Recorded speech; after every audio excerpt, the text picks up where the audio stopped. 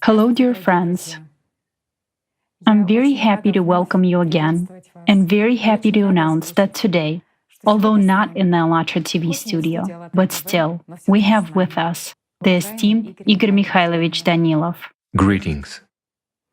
Igor Mikhailovich, sincerely, it's very hard for me to express in words how happy I am to see you again and have an opportunity to talk to you again. Thank God we all have such an opportunity. About 3 months have passed since our last video titled For Everyone. And throughout this time, a lot of people were genuinely worried about you. They bombarded us with questions on how you were doing, what happened to you, and why we were not in touch for so long. And they were so happy to see you and watch your appeal to people on May 7th during the forum, Global Crisis, We Are People, We Want to Live. Igor Mikhailovich, it is totally clear that the last months have been very difficult and very challenging for you as well.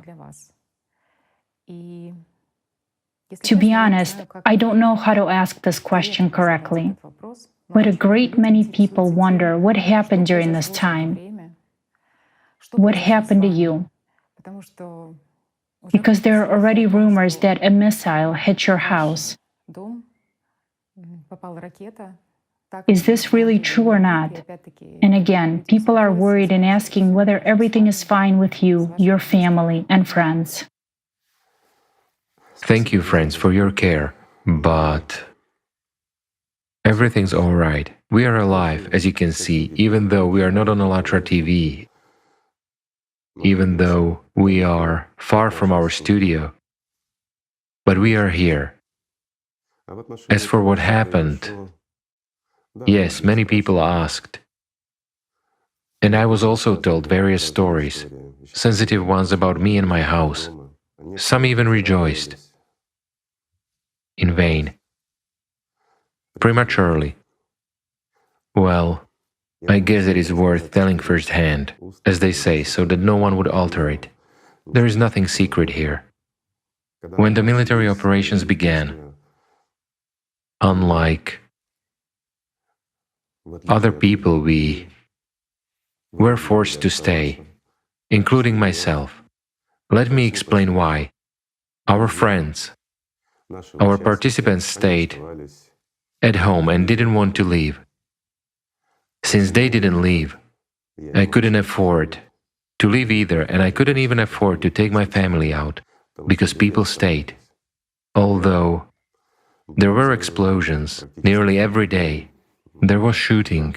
Well, this is actually Bucha District, not the city of Bucha, thank God, but not far from it. And it basically lasted a little longer than a month. On March 28th, my house was indeed shelled. I had been warned just a day before that there would probably be hits at my house. This is really true.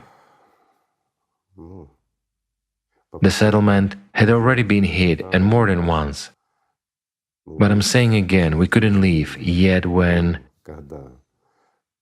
on March 28th, 3 missiles landed, 2 on the garage and 1 on the house, we made a decision to evacuate. Well, I believe people will still be interested, so in order to make sure, there are no rumors because there were witnesses and neighbors. Talk started. Then television came and filmed the house, and there were stories of this kind.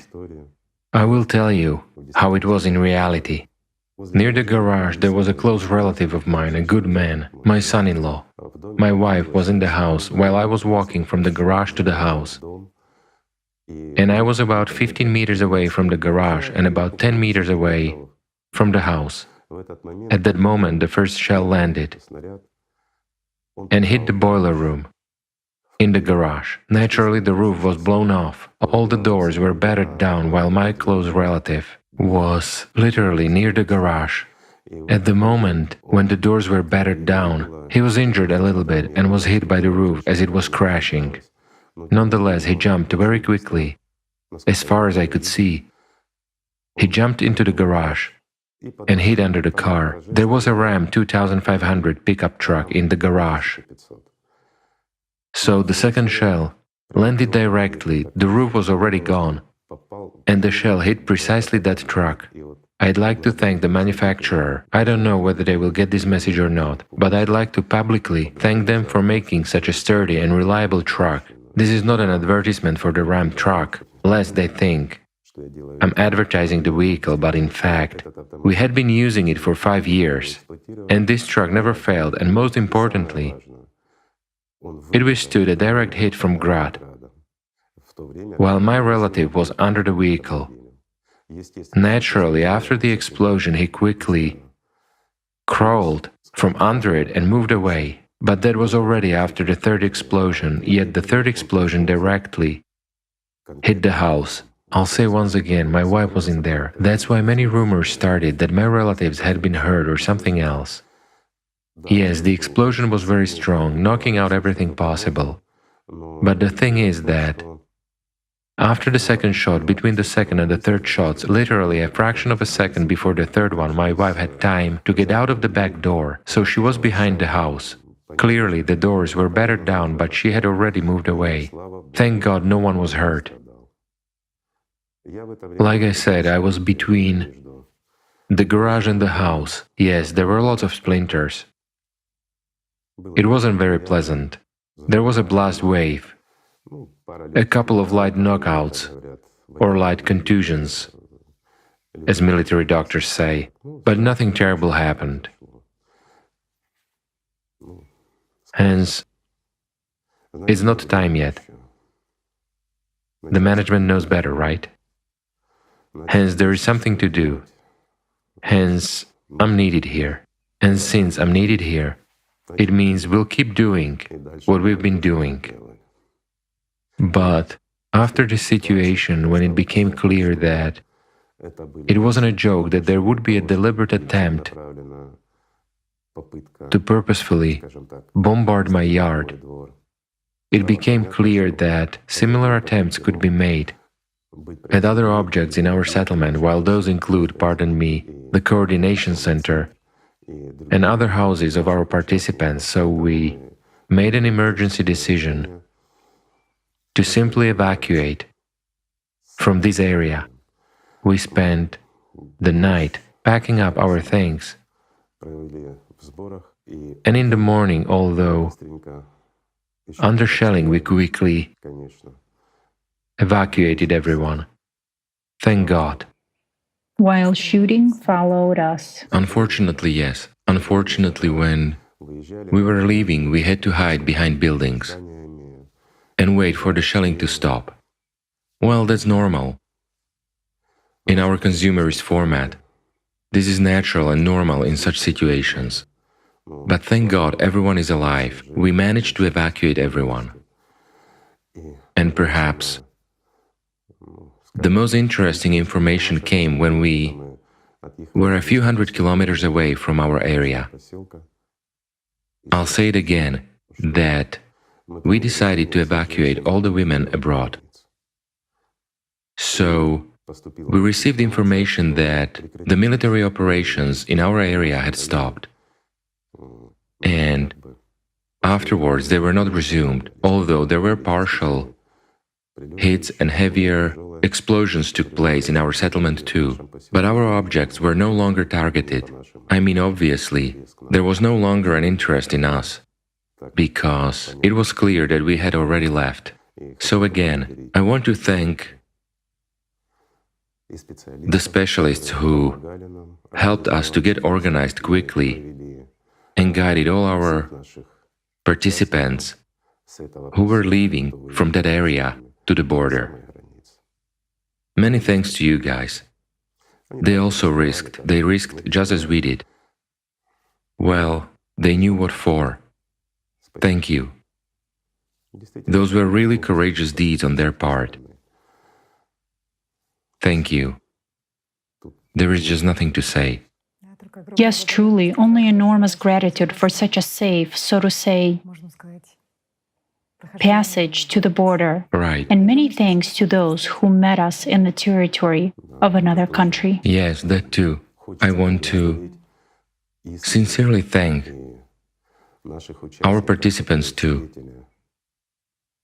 who met our participants on the other side of the border and helped and keep helping to this day. Thank you very much, guys. It's a good deed and it's very valuable. Thank you for not forgetting. We appreciate that you helped and keep helping. It's very valuable. It's understandable that such is the situation. It is really grief, it is really misfortune. But when people remain people, when they share someone else's grief, it becomes a lot easier. It is easier to carry it when you don't carry it on your own. Thank you, guys. Truly, thank you. Igor Mikhailovich, I would also like to join your words of gratitude to those people who helped us. I know for sure that these people see us now, and they recognize themselves in what we are talking about. Therefore, many thanks to you that someone else's grief, someone else's misfortune doesn't remain external to you, that you treated it as your own grief. And thank you very much for your support and your solidarity. Thank you for the fact that this sense of home, this sense of one united family is preserved here as well. Thank you so much. Igor Mikhailovich, but there is also another thing. In difficult situations like this one, people usually expect some help from certain agencies, such as the Ministry of Emergencies and so on. Yet already many times, when discussing the subject of cataclysms, we said that we cannot always count on the help of those agencies. I'll put it this way. Sometimes it's just impossible. Here's an example. Our house. Everything was burning and blazing. Of course, there was a risk of fire in neighboring houses. We even tried to put something out as much as we could, and we dealt with the trees so that the fire wouldn't spread to the neighboring buildings. We definitely called an emergency service. They responded that, despite all the respect and understanding of the situation, they would only be able to come when the shelling would be over. They said that as soon as the shelling is over, they would come right away. It is clear that everything burned down. And I'll say again, we were leaving the next day, taking our women out. The shelling continued, and shooting even followed us. So, clearly, how could they arrive and extinguish? It is merely a house, while those are living people, and you have to understand it too. It is wrong to risk people for the sake of extinguishing someone's house. Igor Mikhailovich, the events which are now taking place in Ukraine were a huge surprise for many people, and many still do not even believe that this is happening to them. Of course. Well, some people don't even believe that this is happening at all. They think that the information about Bucha is fake or some kind of falsification. You know, I'll tell you the following. For the one who wasn't in Bucha, it's a fake. When a person is sitting at home, when everything is quiet in his place, when he's fine, there is no threat, there is a peaceful sky above his head, he starts saying that the events in Bucha are fake. I would advise such people, go on a tour, look at what kind of a fake there was, and imagine yourselves in the shoes of those people who were there. We were literally under shelling for a month, many times every day. We saw houses exploding, we rendered assistance, we helped. Obviously, we were in the thick of events, and still consciousness was telling many of us that this may happen to our neighbor, it may happen to anyone, but missiles won't come to us. And people told me straight, lucky you are, the shells won't hit you for sure. Well, those who said that do know. I'll put it this way. Shells, missiles and bombs have no soul and no consciousness. They fly where they are aimed, while those who launch them. We can talk about this for a long time too. When military men shell a peaceful settlement, that is totally uninteresting either from the military point of view or from any other, unless it is done to destabilize people morally. There is no other point in that. So what can we say about such people? It is understandable they were executing their mission, but what can we say about those people who assigned such a mission, who gave such an order to shoot at civilians? Even, you know, excuse me, I'll put it simply and from myself, if you are given an order to shoot at civilians, and under pain of death that if you don't do that, you would be killed. You start shooting at civilians. You have already died. We can understand those who defend themselves. A person is forced to defend himself. So when a person is even forced to take a weapon and defend himself, that is understandable. Let's say, is it a sin or not a sin to kill people? It's a sin. You mustn't kill people. But when defending yourself, you do your duty. You defend yourself. Yet excuse me, when people with heavy weapons start shooting unprotected civilians who pose no threat whatsoever, when there are no military sites or anything else nearby, what can we call that? And how can this be explained? It is clear that under pain of death he shoots at civilians because he was ordered to do so. On the one hand, we can understand such people, but how can we understand those who give this order? Yes, it is clear that from a strategic point of view, this is done in order to produce destabilization among the population, to create such a heavy atmosphere. This is destabilizing. But killing people in order to destabilize someone, in general, it's a difficult topic. Any war. We're not talking about Ukraine now, although in Ukraine a lot of people have suffered and continue to suffer. This is also wrong.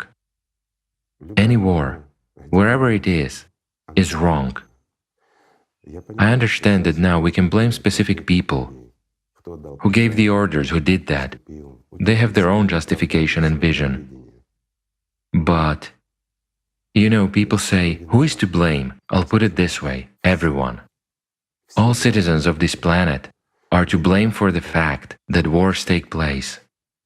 Everyone is really to blame, each of us. I'll try to explain, my friends.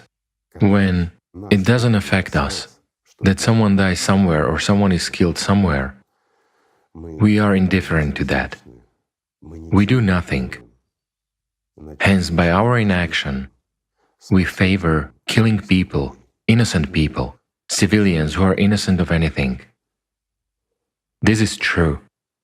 When we can do something, but we don't do that, hence we do what? We encourage those murders. And that's where the truth is concealed. It is tough, but it's fair. Even Jesus Christ said in this regard, but this is close for Christians, that the world would be divided into sheep and goats. This exactly relates to help, inaction and everything else. We mustn't. We mustn't be silent, we mustn't be idle.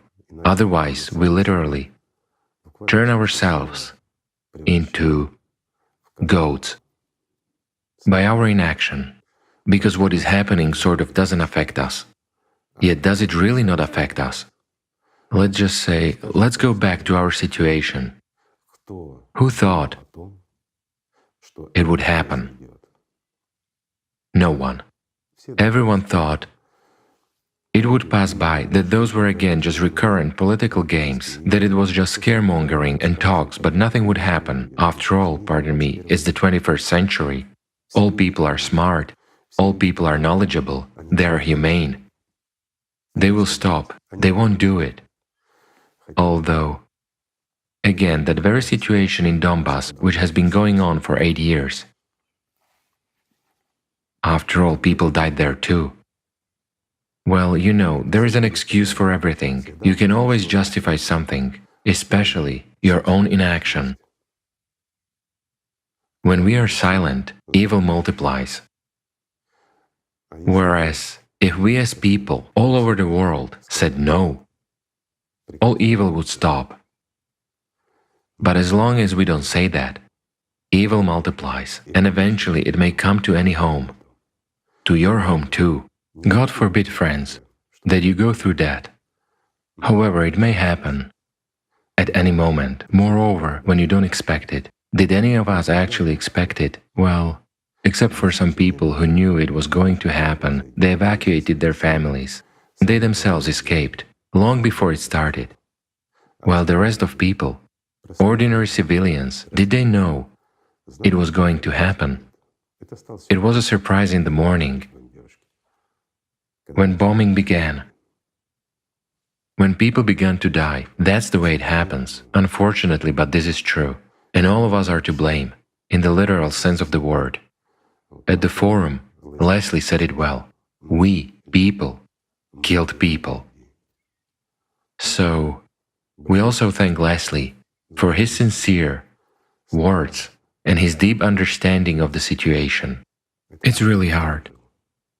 And indeed is a threat to each and every person. No one is safe. Until the last moment, people didn't believe it would happen, and even when it happened, they didn't believe to the last moment that it could happen to them, that a shell could fly into their house, that someone could shoot them. Anyone, but not them. But unfortunately, a lot of people were hurt. Unfortunately, our participants died too. Those who were aware of the entire situation and were trying to do something for people until the very last moment, they continued to prepare for the conference, compose and edit videos as well as many other things. Understanding that they were on the verge of life and death, they tried to do at least something in order to stop this evil all over the world, to contribute to implementation of the Creative Society project and to protect everyone in the world while remaining very vulnerable themselves. And unfortunately, there were those who died. These are the true heroes. There is nothing else to say here. While they themselves were in danger, they were rescuing others at a time when the others, the ones whom they were rescuing, were safe, didn't even know about them, didn't lend them a helping hand, and didn't say stop. But this is really so. You see how it happens. This is life. Unfortunately, that's how it is. It is very painful to realize that among the Allat movement participants, among the participants of the Creative Society project, there are people whom we all have failed to save. Certainly there are. And you know, you are so proud of them, and you treat it with great respect that they didn't panic in their last days, they didn't succumb to fear, but did their best and were guided by the principle. Even if my life ends now, even if I have no future, let other people have that future. You know, this reminded me of one hadith about the Prophet Muhammad, where he said, if the final hour comes while you have a shoot of a plant in your hand and it is possible to plant it before the hour comes, you should plant it. Indeed, these people, understanding that their lives were doomed, did everything possible to save each other, to save the lives of The entire humanity. Because they understood the value of life. Exactly at the moment when the truth comes out, when you understand all vulnerability and helplessness, when you cannot do anything against this evil, you understand the value of human life. That's when people begin to truly value other people's lives, even understanding that he is doomed. He creates for people, for the entire humanity, because our people who died remaining at their battle station knew and were well aware that the war that was going on would end sooner or later. Not everyone will be killed. Someone will survive, peace will be restored, cities will be rebuilt, states will be restored, and everything will fall into place. But they were very well aware of the coming cataclysms, of what was happening to the climate, of the fact that the trouble is much worse with that enemy, with whom no agreement could be reached, and no truce could be negotiated. And with that enemy, There would be no compromise. They were well aware of what awaited the entire humanity. Therefore, they spent their last moments taking care of people. You know, these events are a wonderful test On and humanness. an audit of values. Yes. Yes. Because if your values are some material benefits or material values, then these are certainly very difficult events for a person. But if your value and meaning of life are first and foremost to be a good person, to be a generous person, to be a compassionate person, to be that Yes. person who saves a neighbor, then any events in life and any conditions are opportunities to realize this meaning of life. There are certainly a lot of tragic, dramatic events happening around the world right now. And you know, this is probably a condition for all people to have this audit of values and to exemplify their humanness. You know, even in the Holy Scriptures, it is said that in order for people to come to their senses, an epidemic, a war, and a famine must take place. Then humanity returns to God. I would not want that. There is another way. It's the wrong way. Yes, we all went through an epidemic. Thank God, not all of us are going through war. But famine, it is not right. People should not suffer. People should live in joy, love, and happiness. They should acquire something much greater than what this world can give to a human now. It is all in our power. We can change the world for the better, if we want it. That's the point, if we want it. And for us to want it, we must know that it is possible. We must understand this. We must understand that the creative society, for example, the creative society is really capable of changing our entire world, not only to stop wars, but also to remove such concepts as epidemics, famine, and suffering. Why? Because modern science has already gone far enough to solve a great many problems, to solve the problem of water, to solve the problem of hunger, and to cope with a lot of diseases. This is really so. The energy issues. There are a lot of things. And if we as humanity really want to become humans, to become a civilization, then even greater opportunities will open up before us. It could be a beautiful world indeed. The only question is, will we have enough humanness and vigor of spirit to build a creative society? Will we have enough understanding that this is necessary? Or will we, as always, like thousands of years before, hope that someone will do this while I'll sit this one out? If we are guided by that, then nothing will work out. We won't be able to counteract the climate this time. We have nothing to confront it with. We don't have a solution. We don't even have an understanding of what is going on with that climate. So far, science is busy with other things. People are divided. While climate disasters are progressing very quickly, unfortunately. It is all growing. It is growing not for the better. But we do have a good chance. Indeed, we have a huge chance, but for that we must consolidate. For that we must remember that we are human beings. And I want to say that there are a lot of good people. During this time we met a huge number of wonderful people who really helped, who welcomed our, so to say, evacuees with an open heart. This is really so. I'll say it again, I thank our friends who welcomed and helped us with an open heart, as well as absolutely unfamiliar people whom we met for the first time, yet they were helping us. Not just, as they say, for show, but from the bottom of their hearts. There are many good people, and all of us are actually good people. It's just that, this imposed stupidity makes us bad. The consumerist format. Of course, we also met those who How to put it politely? I just want to warn.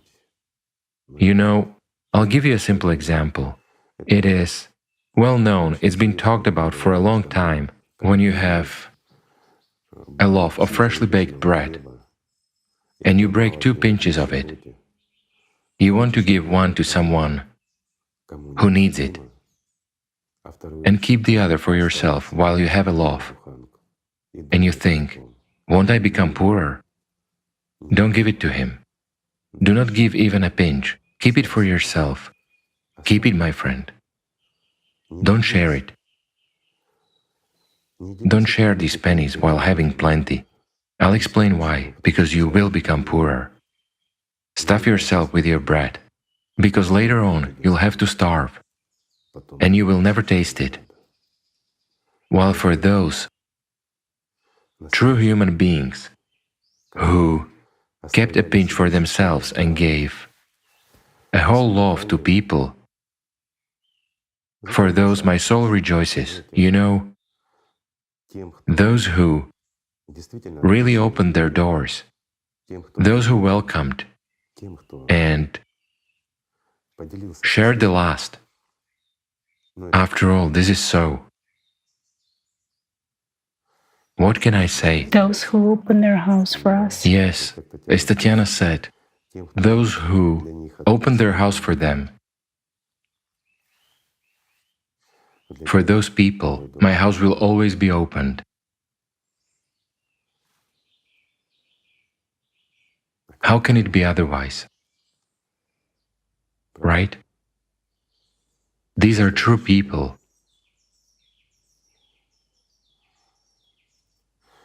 And so, the world rests on such people. Yes, my friends. You know, there is a lot of foolishness in the world, but there is also a lot of wisdom. Everyone chooses their own. You know, I was once asked, how can one distinguish good from bad? For instance, I'm going to do something. How to understand whether I'm doing a good thing or a bad thing?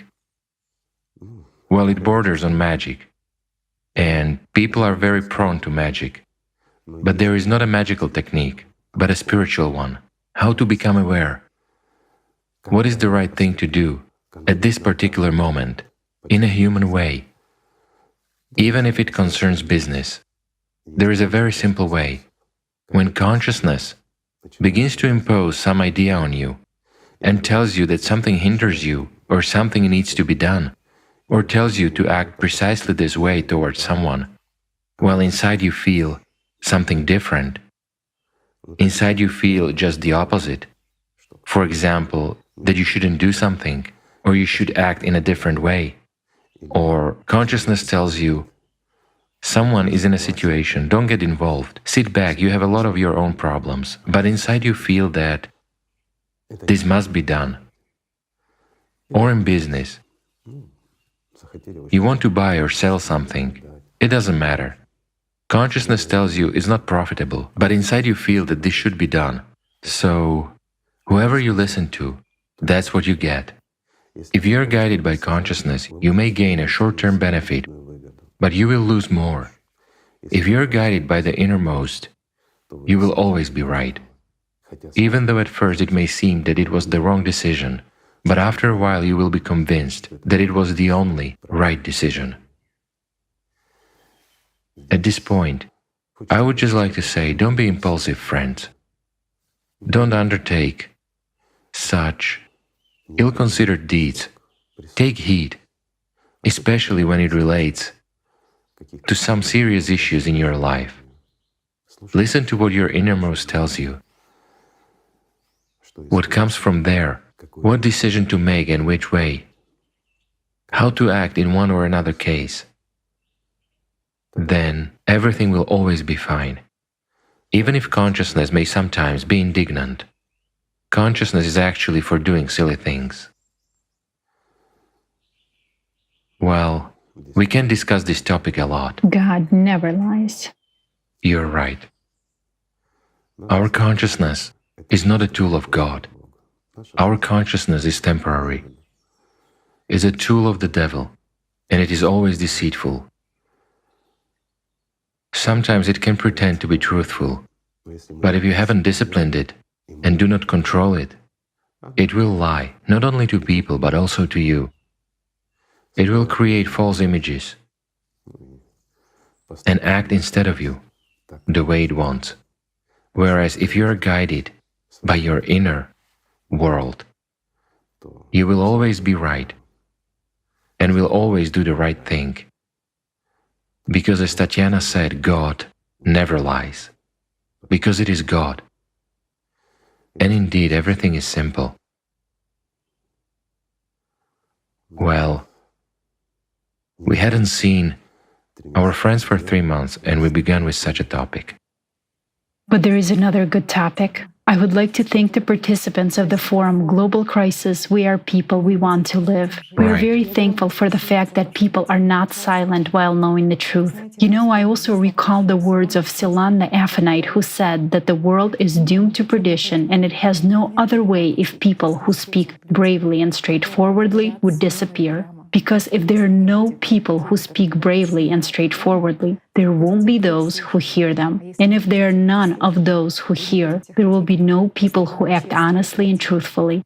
Therefore, the voice of truth must be heard until the last moment. And that's where the circle closes up. If there are no people who act justly and honestly, there will be no people who tell the truth. The circle closes up. And if we cut this circle, the world will collapse. So as long as there are people who are honest and decent, like those whom we saw at the forum and many others whom we met, the world has a chance. But again, everything depends on us, friends, on how we will be guided by this chance, whether we will miss it or roll up our sleeves and say enough. Maybe we should, indeed, stop giving the reins of our lives into someone else's hands. After all, we are not sheep, and we are not goats either. This is true after all. Yes. You know, Igor Mikhailovich, you have just returned to the subject of the story described in the Bible regarding sheep and goats. And you know, I'm very much impressed by this story because indifference is really a great sin.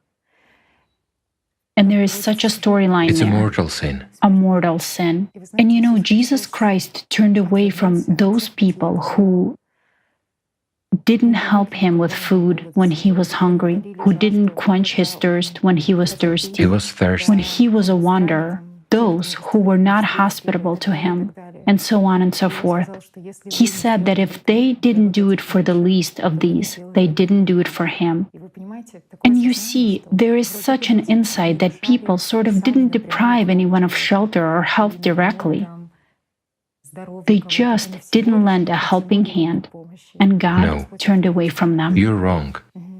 Let me explain, my friends. After all, many people are mistaken in this matter. When there is someone in need of something, food, water, or clothing, who has nowhere to live, who is simply unhappy, who is sick and helpless, we are all to blame. Because we, humans, have let such a situation in this world happen, that there are those who are in need. This is really so. And when on top of it all, we are also indifferent to their grief, we do not share it, it means we distance ourselves from them. By distancing ourselves from them, we exclude ourselves not only from the human world, but from the spiritual world too. What is the spiritual world? It is unity in many, and many in unity. However, when we exclude ourselves from many, we knowingly deprive ourselves of the future. After all, this is true. Yes. And that's what Jesus Christ mentioned. Yes, of course, everyone can interpret it as they like. But you know, there is truth, and truth is verity.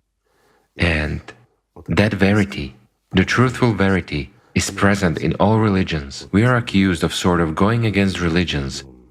And there are clergymen of certain religions who simply hate us because we tell the truth. Well, I don't even dare call them clergymen, you know. I would say they are demons in robes who mounted their asses on people's necks and fight and do everything they can to stay in their cushy position, to enrich themselves, to have power over people, so that people heed and obey them, you know, such kind of devilry. That's the kind of people we actually spoke against in our videos, but we didn't say anything bad about religions. Yes, much of the truth that the prophets had brought was twisted. And who twisted it? Those very opportunists, isn't that so? But on the other hand, there are so many wonderful people in religions, genuine people, who have really come to serve God. They didn't come to take the best place. You know, like a person in search of a prosperous livelihood, that there would be money and no need to work. No, they came to serve God. And there are a lot of people serving to this day. And we meet a lot of people like that. And do you know what the paradox is? All of them, regardless of denomination, regardless of religion, accept Allatra as the truth, because they find in it what their prophets spoke about, what God's messengers spoke about. This is really so. Why? There are no two truths. Any person, especially if he is in some religion or something else, who claims that we have the truth while the other religion doesn't have the truth. If someone, being a Muslim, denies Christ, he's not a Muslim. If a Christian denies the prophet, the last prophet sent by the one God, not only does he deny the prophet and Islam, he denies God. What kind of Christian is he then? That's the point. You know, our consumerist format has deformed everything. It has deformed religions, it has deformed believers, everything has turned towards consumerism. How many intrigues those demons dressed as clergymen used to plot against us, if we recall, right? Well, let's just say mainstream channels in Ukraine and Russia showed and spoke about us and slung such mud at us that God forbid. But we know very well who paid for all that, who ordered this filth against me. It's okay. It's fine, spit and sling mud at me. You're in your right. It hurts to watch, I know. But what does it have to do with people? People who do a lot of good. Why sling this mud at them? A simple question, out of fear? Do your demons freak out when they see the truth? There is no other way to explain this. Out of helplessness. Of course. Because it is indeed the time of truth, Igor Mikhailovich, and it is greatly felt, and people feel sincerity very much. They understand that their end times are coming, that these are the last times when these demons can satisfy their animal nature. People are getting smarter. People are starting to feel the truth. I'm not saying that everyone gets up and goes to Allatra right away. That would be great if that were the case. Then tomorrow we would have the creative society. But many people do open their eyes in their religions, and they move away from the false priests, but come to those who really serve God. And there are many such people in all religions that brings joy. It really does. As for the fact that those people intrigue, order sordid stories, well, this is normal. Goodness, in the Creative Society project, we only touched upon the topic of carbon dioxide. And immediately such frightened pseudoscientists and those who are behind that ordered to make a story against us. On BBC, didn't they? On the BBC. On BBC, that's great. Thank you, that's great indeed. Yes, we thank them. They promoted us on BBC by ordering a sordid story against us. But you know what I paid attention to? That the journalist who did it, he watched our forums. And he is actually a good man. He did his job as a rhapsode, a corrupt journalist. What else can he do? He has a family, he wants to eat. He wants to keep his job, but he was commanded, given an order, and he fulfilled it.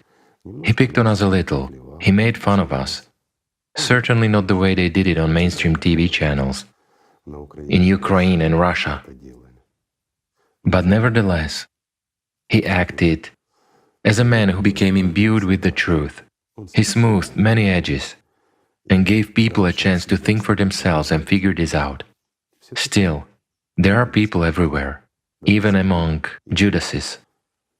Rhapsodes, excuse me, remain rhapsodes. Well, this is a forced situation. What is the fundamental difference of the creative society? You cannot have private media there. The media should belong to all people, and those who call themselves journalists should stand at the front line. They should always convey the truth, verity to people, and not tell some people in some way today and others in a different way tomorrow. You know, these double or triple standards. What is paid for is what is told. Here they pay a different amount, so a journalist begin to describe it in a different way, saying he was previously mistaken, right? Are those really journalists? Are those actually people? Moreover, in mass media, no. While in the creative society, such things are impossible. Why? If a journalist presents false information to all people, he will be responsible for that. A person who imposes lies cannot remain unpunished for it. This is wrong. You know, Igor Mikhailovich, the task of any hate of this kind is to stop the movement. But you can see that, on the contrary, the movement is growing and the ranks of participants of the Creative Society project are also expanding. Right. And why is this happening? Because hate messages are periodical and the money paid for them runs out. Of course. While the movement participants are guided by completely different principles, by their conscience and the truth. Right. And even those who have read this filth are curious about how filthy all this is, whereas after joining and seeing purity, seeing really decent people, true heroes of modern times, excuse me, only an idiot, or indeed a goat, would not want to join the ranks of heroes. Isn't that true? That's why even they serve for the benefit. Going back to the TV rhapsodes in Ukraine again, for a very long time, they asserted that we were a pro-Putin sect. In Russia, they claimed that we were created by the security service of Ukraine and conducted subversive activities in Russia. So, priests no longer know what to invent. Why? Because, I put it straightforwardly, Secret Service officers understand everything very well. They are smart and educated people. They know, see and understand very well. They have checked everything and everyone. And they understand that these people are really volunteers from all over the world, who really want to do something good for all people. You know, of course, there are scumbags among Secret Service officers too, but they are too few. Still, there are a lot of good people in agencies. And the paradox today is that the biggest number of influential, I emphasize, influential jerks are actually in religions. It's a paradox of modern times. They have sold themselves to Satan to such an extent that they trample on the truth coming from God Himself. Is it right to do that? They're not afraid of anyone. They think they are immortal. But they are wrong. Suffice it to recall, according to what is now already known, how many murder attempts were organized in the past years? Well, you know, one very good man once said to another good man, "You didn't give this life, so you are not the one to take it away." Therefore, all the murder attempts they organized were executed by people. And I have to say that there were enough good people among them who just came and said, "I'm sorry. I was told to do that, but I cannot." And I want to thank those people simply for their humanness. There are humans everywhere. So, thank God for that. Igor Mikhailovich, I just find it slightly comforting that hatred is actually helplessness. Certainly. When one cannot do anything about it, when one cannot do anything to the movement that has stepped on one's sore spot. Yet what can you do to the truth? Exactly. The truth is certainly the last thing people want to hear. Why? Because in our consumerist format, the truth is, you know, like a pin. Let's say, in a shoe that pricks your heel. It is very unpleasant and uncomfortable, and it's impossible to walk, or like a pebble in your shoe, when you have to walk a lot. It hinders you. Even a little truth hinders, while, pardon me, that which is discussed in Allatra, that which is discussed in the creative society is actually the verity. It certainly hinders and it certainly frightens many people. That's where their hatred originates from, because they understand that they are wrong, that they do not live by their conscience and their honor, that what they do is punishable. Not here, not by their laws, but by the laws of the Almighty. And they understand where they will be and what fate is prepared for them. That's what makes them angry. You know, I recall... There is no other way to say it, you know, demons make demons mad. Here I recall how a deadly wounded beast behaves. Yes. It is very furious in its helplessness, but you understand that this is only at first, because the end is predetermined, because this wound is fatal. This is what we now observe. Yes. So when a lie collides with the truth, the lie is doomed, of course. It is doomed, but it will bite. And yes, we have already experienced this for many years. Their attempts to bite. But what's the point? It is pointless. Here I just want to say, you know, it's no longer possible to stop the truth when millions of people around the world are involved. Any attempt to bite will only make people angry. Angry in a good sense. It will make them more capable, so to say. And even more truth will pour out into the world. You know, it's like stepping on your own tail. Evil has to accept the fact that it's time to stop its activity. If we, people ourselves, don't stop it, it will stop by the will higher than ours. The world is on the verge anyway. You know, recent events, the pandemic, wars, politics, geopolitics, they have distracted us from the climate to such an extent that many people have simply forgotten about it. Only those who are so far in favorable regions have forgotten. As for those who live in the regions where these events are actively taking place, you know, they haven't forgotten. For instance, if we even take footage from our Bucha in Ukraine and look at what happened and what people did there, and look at what the climate did in Mayfield, Kentucky, United States, it cannot be compared. The climate is absolutely ruthless, inhumane. It has no soul, and you cannot come to an agreement with it. It's a program that is activated and it works. But in order to stop it, we should resolve its code, the code by which it operates, and counteract it with an equal force. But we can do that only together, as the entire humanity. We have no other way, friends. Yet we still have time, we still have an opportunity.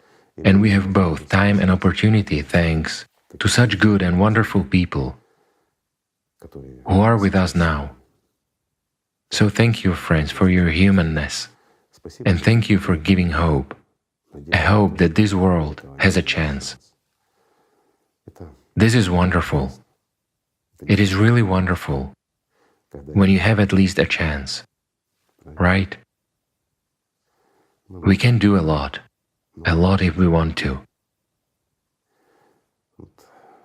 Well, unfortunately, such is the world, you know. I understand that now people want to know what, when, how, to look into the future. You know,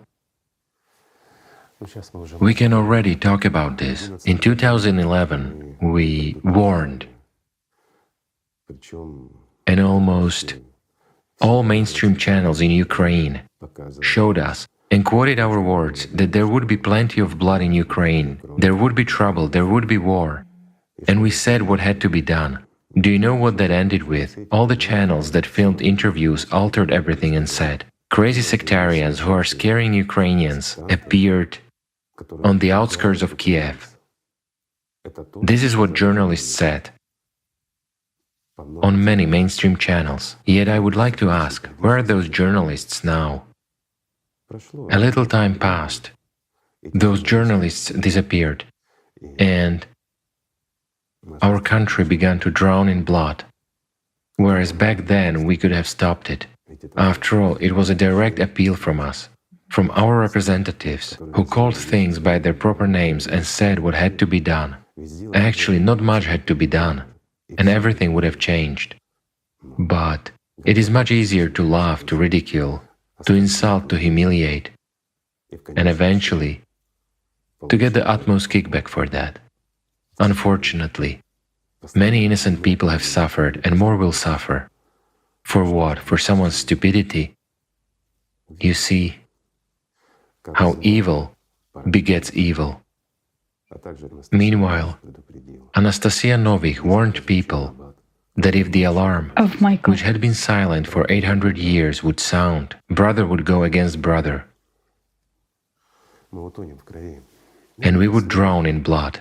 I'm not quoting word for word, but that was the meaning. It is clear that she softened it up in her message, and literally after a few years, we heard this alarm that had been silent for 800 years. So, how can we tell people anything? How can we explain? And how can we warn them if they don't want to hear? We actually talked so much about what would happen, and it happened. They don't listen to us. They don't want to. You know, the truth is rejected by our consciousness, by our demons. That is why all these predictions do not bring anything good.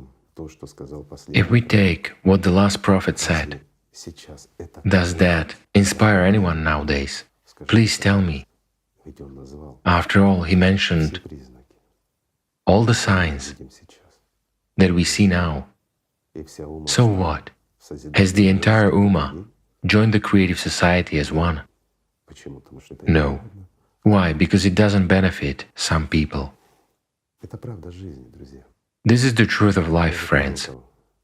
We don't listen, even to the prophets. We don't want to listen to them, because it's inconvenient. What other proof do we need, though?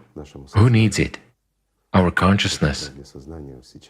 Right now, consciousness has all the evidence that these are the end times, and we see the progression that is increasing in climate change. We see the world going mad. They've already started talking about nuclear war or something else. This is surely splendid, isn't it? Why should the climate kill us if we can do it ourselves?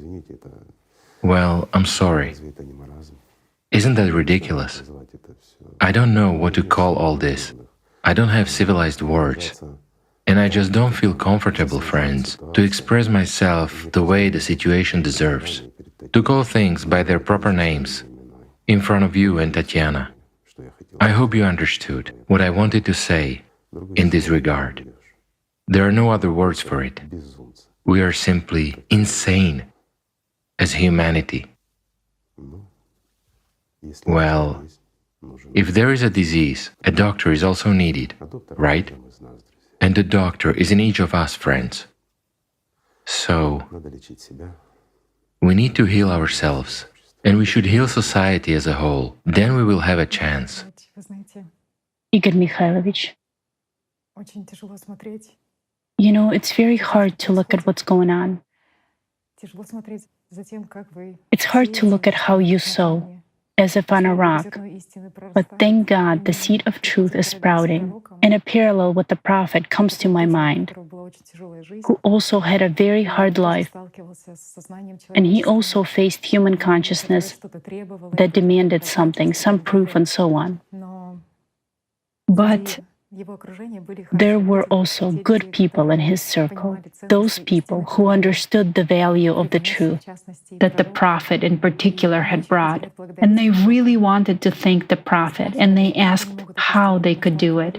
And he answered, I don't ask for any reward, simply love one another. This is the ultimate. And such a parallel arises that you end every conversation with the words, an encouragement for people to love one another despite what they do. This is really the ultimate reward a person can earn while being here. It is both so simple and so little, so important and so great at the same time to love one another. It is everything. It is the highest reward. And I would be happy throughout ages if you, my friends, loved each other. What can I say? The world would change. And this civilization would serve the spiritual world for billions of years to come. Isn't that wonderful? You see, while everything starts with a simple thing, you should learn to be a human, and you should learn to love one another.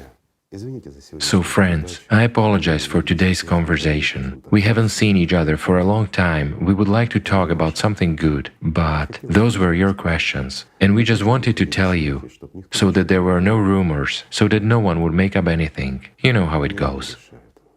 It's not people who decide. There is our management. What they consider necessary is what will happen. So far, we are still here, hence, we should work, should not be lazy, and should do everything within our ability, right? Right. And most importantly, love each other. So friends, thank you for everything. Let's just love each other. Thank you. Thank you, Igor Mikhailovich. Thank you. Thank you for being here.